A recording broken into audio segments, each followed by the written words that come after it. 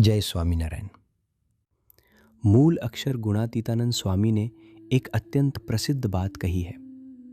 स्थूल देह की तुलना में सूक्ष्म देह का कचरा बहुत अधिक होता है। आज हम एक ऐसे रहस्य को डिकोड करने जा रहे हैं जो सुनने में बहुत सामान्य लगता है, लेकिन अगर इसे गहराई से समझा जाए तो यह जीवन और मृत्यु के पूरे चक्र को खोलकर हमारे सामने रख देता है। आइए आज ब्रह्मांड के इस सबसे बड़े सत्य की ओर एक यात्रा करते हैं। सबसे पहले समझते हैं कि स्थूल देह और सूक्ष्म देह है क्या। अध्यात्म विज्ञान और हमारे शास्त्रों के अनुसार हमारे अस्तित्व की रचना अत्यंत गूढ़ तत्वों से हुई है। स्थूल और सूक्ष्म देह के बीच का सबसे बड़ा अंतर उनके निर्माण में लगे तत्वों का है। हमारा यह स्थूल शरीर 24 तत्वों का बना होता है, जबकि हमारा सूक्ष्म शरीर 19 तत्वों से निर्मित होता है। इन तत्वों का विज्ञान ही ये तय करता है कि कौन सा शरीर हमारी इन भौतिक आंखों से दिखाई देगा और कौन सा अदृश्य रहेगा। आइए इसे विस्तार से समझते हैं। हमारा स्थूल शरीर माया के 24 तत्वों से मिलकर बना है। इनमें 5 ज्ञानेंद्रियां, 5 कर्मेंद्रियां, 5 प्राण, 4 अंतःकरण और सबसे मुख्य 5 स्थूल पंच महाभूत पृथ्वी, जल, तेज, वायु और आकाश शामिल है। स्थूल शरीर के दिखाई देने का सबसे बड़ा कारण यही पंच महाभूत है, क्योंकि इस शरीर में पृथ्वी, जल और तेज का स्थूल रूप में समावेश होता है। इसलिए यह शरीर एक आकार लेता है, इसका वजन होता है और हम इसे अपनी भौतिक आंखों से देख सकते हैं, छू सकते हैं।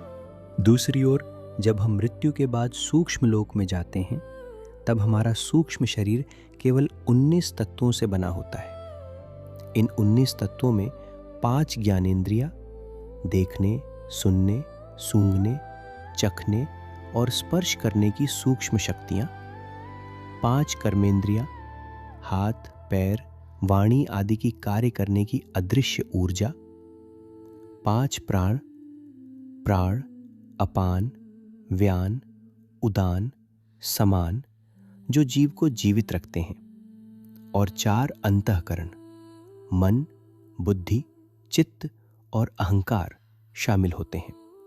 सूक्ष्म शरीर के अदृश्य होने का सबसे बड़ा वैज्ञानिक और आध्यात्मिक कारण यही है कि इन 19 तत्वों में पंच महाभूत का स्थूल रूप नहीं होता। सूक्ष्म शरीर में न तो पृथ्वी तत्व का ठोसपन होता है और न ही जल तत्व की तरलता होती है। ये केवल प्राणवायु, सूक्ष्म इंद्रियों की ऊर्जा और अंतःकरण की तरंगों का एक सूक्ष्म आवरण मात्र है। चूंकि इसमें कोई भी भौतिक द्रव्य या स्थूल पंच महाभूत नहीं होते, इसलिए सूक्ष्म शरीर हमारी भौतिक आंखों की पकड़ में नहीं आता और वह अदृश्य ही रहता है। मृत्यु के बाद यही 19 तत्वों का अदृश्य पुतला अपनी वासनाओं के आधार पर जन्म मरण के चक्र में भटकता रहता है। सबसे पहले बात करते हैं स्थूल शरीर। इस स्थूल शरीर का कचरा क्या है? पसीना, गंदगी या कोई बीमारी। इस कचरे का इलाज बहुत आसान है। आप स्नान कर लें तो शरीर साफ हो जाता है। अगर शरीर में कोई भयंकर रोग आ जाए, जैसे कैंसर या हृदय रोग, तो आज चिकित्सा विज्ञान इतना उन्नत है कि आप किसी अच्छे डॉक्टर के पास जाएं, दवा लें या सर्जरी करवा लें तो वह रोग मिट जाता है। ज़्यादा से ज़्यादा क्या होगा? अगर रोग ठीक न भी हो तो इस स्थूल शरीर की मृत्यु हो जाएगी। स्थूल शरीर की एक निश्चित सीमा है। इसके रोग और इसका कचरा वहीं खत्म हो जाता है जहां हमारी सांसें रुक जाती हैं। वह अंततः राख बन जाता है। लेकिन असली यात्रा तो मृत्यु के बाद शुरू होती है। जब यह स्थूल शरीर छूटता है, तब जीवात्मा अपने सूक्ष्म शरीर के साथ बाहर निकलती है।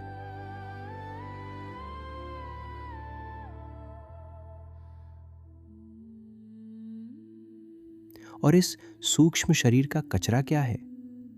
जीवन भर की वासनाएं, अधूरी इच्छाएं, काम, क्रोध, लोभ, मोह, आसक्ति और दूसरों के प्रति राग द्वेष। ये सारा अदृश्य कचरा जीवात्मा के सूक्ष्म शरीर में चित्त के चित्रपट पर चिपका रहता है। स्थूल शरीर के रोगों के लिए तो पृथ्वी पर डॉक्टर और सर्जन मौजूद हैं, लेकिन इस सूक्ष्म शरीर के कचरे और वासना रूपी रोग को मिटाने के लिए मृत्यु के बाद कोई अस्पताल नहीं होता। जब जीवात्मा इन अधूरी इच्छाओं के साथ शरीर छोड़ती है तो वह सूक्ष्म लोक में भयंकर रूप से फंस जाती है और उसे अनंत काल तक आकाश में और किसी दूसरे लोक में भटकना पड़ता है। सूक्ष्म शरीर के कचरे को साफ करने के लिए केवल प्रकट भगवान धारक संत की ही जरूरत पड़ती है।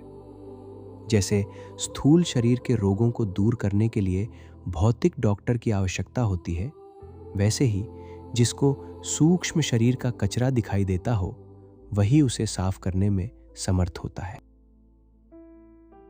इसे एक ऐतिहासिक उदाहरण से समझते हैं। हमारे प्राचीन ग्रंथों में राजा ययाति का वर्णन आता है। ययाति एक चक्रवर्ती सम्राट थे। उनके पास विशाल साम्राज्य, अपार धन संपत्ति और दुनिया के सभी भौतिक सुख साधन उपलब्ध थे। उन्होंने अपने स्थूल शरीर से जीवन के हर सुख को चरम सीमा तक भोगा।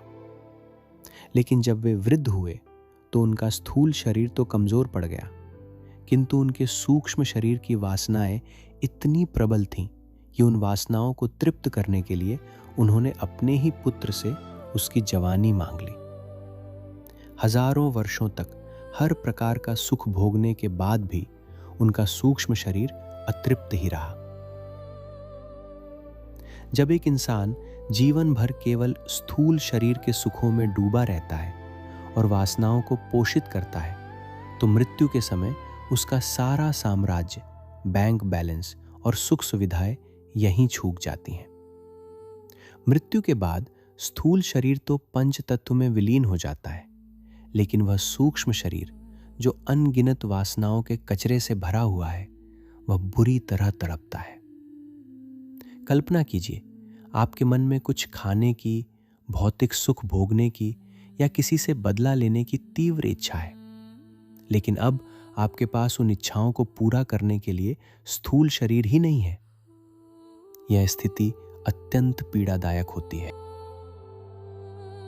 स्थूल शरीर में रहते हुए यदि वासनाएं भोगने की इच्छा अधूरी रह गई तो जीवात्मा को उच्च लोकों में गति नहीं मिलती। वासनाओं का यह गुरुत्वाकर्षण इतना भारी होता है कि वह आत्मा को पृथ्वी और उसके आसपास के लोकों में ही भटकाता रहता है। अपनी अधूरी वासनाओं को पूरा करने के लिए ये सूक्ष्म शरीरधारी जीव कभी-कभी अन्य मनुष्यों या प्राणियों के शरीर में प्रवेश करते हैं और दूसरों के माध्यम से अपने भोग भोगने का प्रयास करते हैं। इसे हम परकाया प्रवेश कहते हैं। यह एक अत्यंत दयनीय और विवश अवस्था है। स्थूल शरीरधारी मनुष्य जिसके 4 अंतःकरण मन, बुद्धि, चित्त, अहंकार बहुत ही कमजोर होते हैं, उस जीवात्मा में कोई दूसरा सूक्ष्म देहधारी जीव आसानी से प्रवेश कर लेता है और जीव की जागृति न होने की वजह से कोई दूसरा जीव हमारे स्थूल शरीर का उपयोग अपनी वासना भोगने के लिए करता रहता है। जैसे पृथ्वी पर एक शक्तिशाली जीव कमजोर जीव का शिकार करता है, उससे भी भयंकर युद्ध और पीड़ा सूक्ष्म लोक में चलती है। वहां कुछ अत्यंत शक्तिशाली और भयानक सूक्ष्म शरीर वाले जीव होते हैं, जैसे ब्रह्म राक्षस, जिन्न, प्रेत और पिशाच। जो सामान्य जीवात्माएं वासनाओं से मलिन होकर वहां पहुंचती हैं, उनके पास कोई आध्यात्मिक बल नहीं होता, यानी उनका अंतःकरण कमजोर होता है। ऐसे कमजोर जीवों को ये भयंकर सूक्ष्म जीव अपना शिकार बनाते हैं और उन्हें अकल्पनीय यातनाएं देते हैं। पृथ्वी पर हम जिन दुखों का अनुभव करते हैं, सूक्ष्म लोक की यातनाएं उससे हजारों गुना अधिक और डरावनी होती हैं।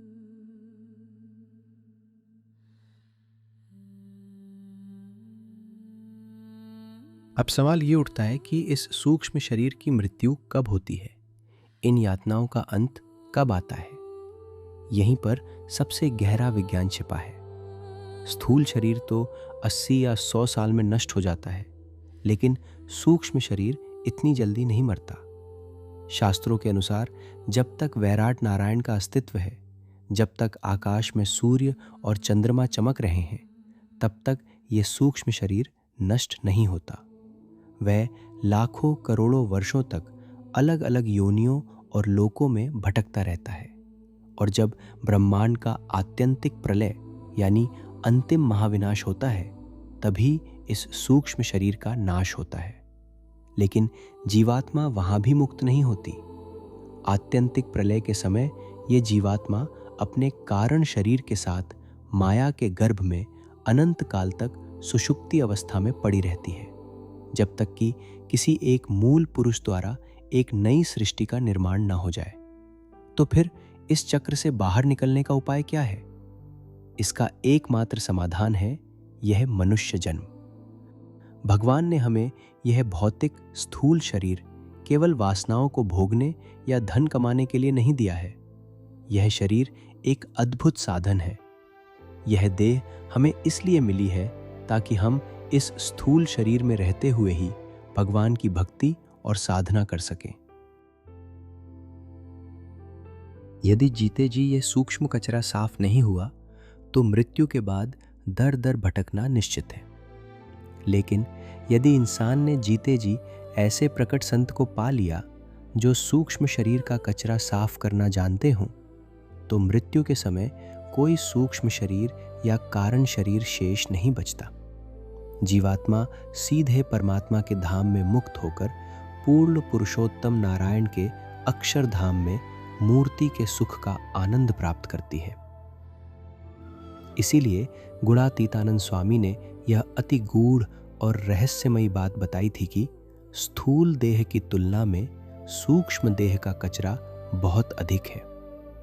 और दूसरी बात, प्रकरण 1 की बात 286 में यह बोली थी कि सूक्ष्म शरीर का भार बहुत भारी होता है और वह स्थूल शरीर को धकेलता है।